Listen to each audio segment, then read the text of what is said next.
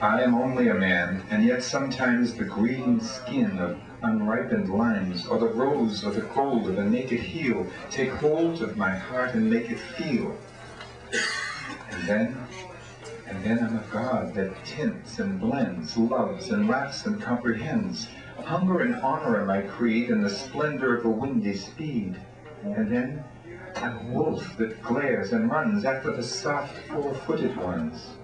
Moonlight is shattered on my track, ere human voices call me back.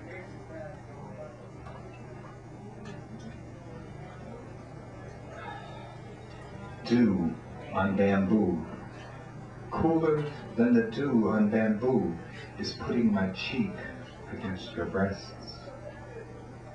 The pit of green and black snakes. I would rather be in a pit of green and black snakes than be in love with you.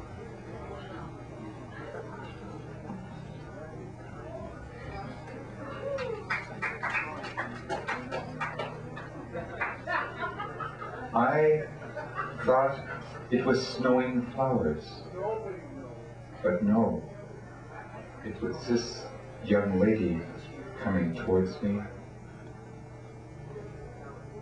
Another Sanskrit same poem. I came upon you rolling in the grass like a young beast. You rolled over and over, flinging your legs wide, flinging your arms wide, and rubbing against the dew. I came upon you rolling in the grass and crept away.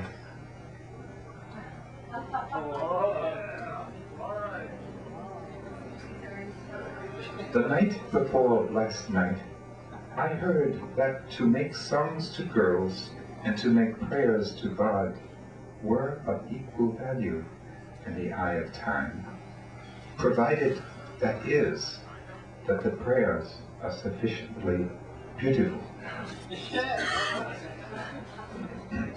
Last one from this book, and this is a 19th century Chinese poem.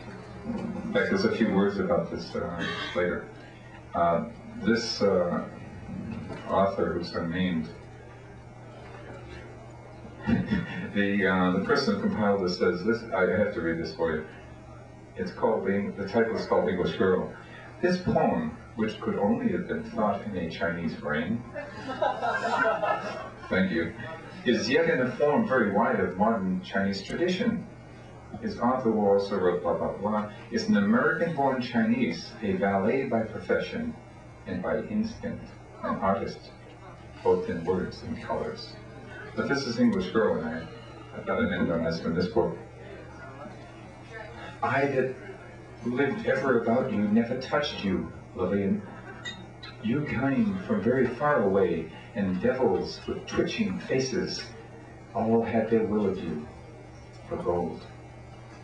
But I saw your little feet in your bedroom, your little heathen shoes I kept so bright.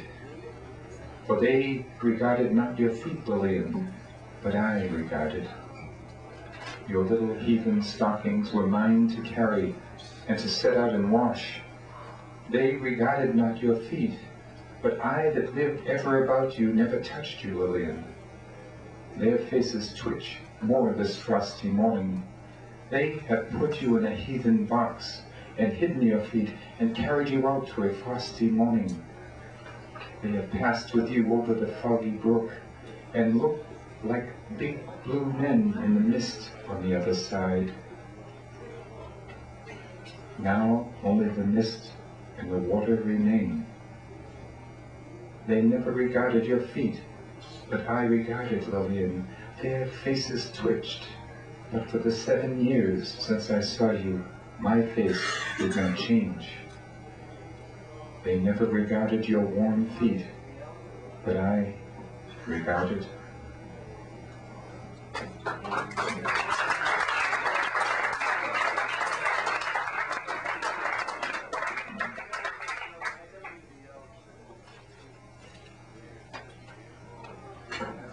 Short piece. I do a lot of picture shots. So, New York City one day. Jose, can you ever believe all the shit they lay on us? Push that clothes rack through traffic fast. Maybe you'll make it in fine style, in a place your own. I for wish, when you will, I wish you well. Yes, your brothers, sisters too.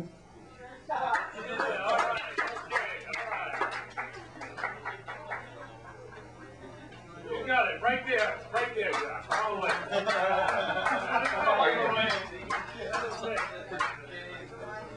Turning, walking, sense of walking, getting out of clock rhythm, how strong you were. What promise, how strong he is, what strength, how strong he was. Remember, do you? The door is closing, it's always been closing. The fact is, your cells break down, begin when you were born to live, begin to win, to dissolve, to die, less and less. Diminished circles, tiny frantic last wriggles, climb tracks on the sand when the tide has left. Your hero is sinking, is smaller, less important. Your hero, smaller, much. All right, hey. Coming back.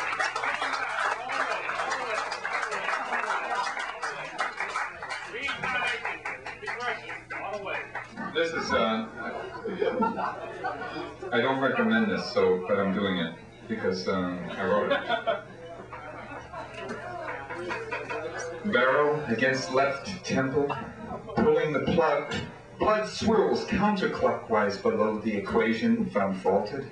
The romance conclusion, nefarious sinner of expectation. Tickets crinkled, you didn't use. The empty room emptied in the heart of the gut of the soul. One bird which never lands, floating above all with solitary cry. An explosion in the chamber. All differences now settled.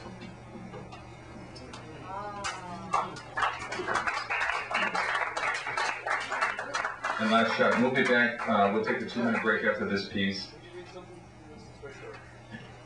Good voice for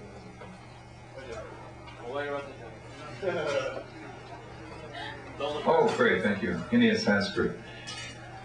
Living here, far away, I am yours. Living there, far away, you are mine. Love is not made of bodies only. Deep in the hearts is where we are one. W.S. Murren.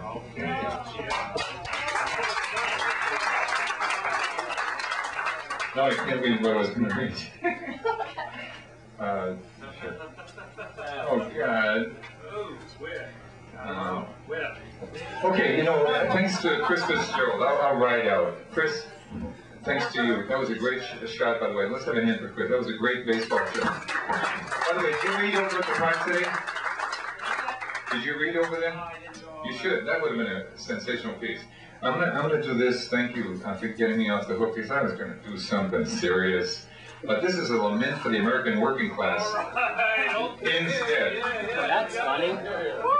You can get tired of punching your glove standing out in right field where the Big Mac packaging goes flying forth, back and forth all hot afternoon in the scrawny grass.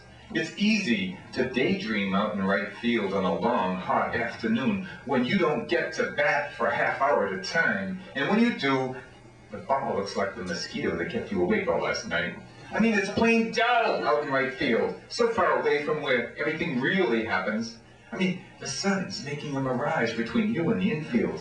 Fog rolls in, ships passing by, tooting deep horns. Whole parades troop by, and you just stand there, punching your glove to a deep, warm pocket, waiting for something real to happen, waiting for that one tremendous wallop that flared out by that huge first baseman that climbs miles high in a blue-blind sky, way, way up over your head. But you spin around at the crack of contact, you race away from the plate and dive at the last possible second, coming up with a sliding belly sprawl with the ball trapped like an innocent white kitten in the massive webbing of your glove.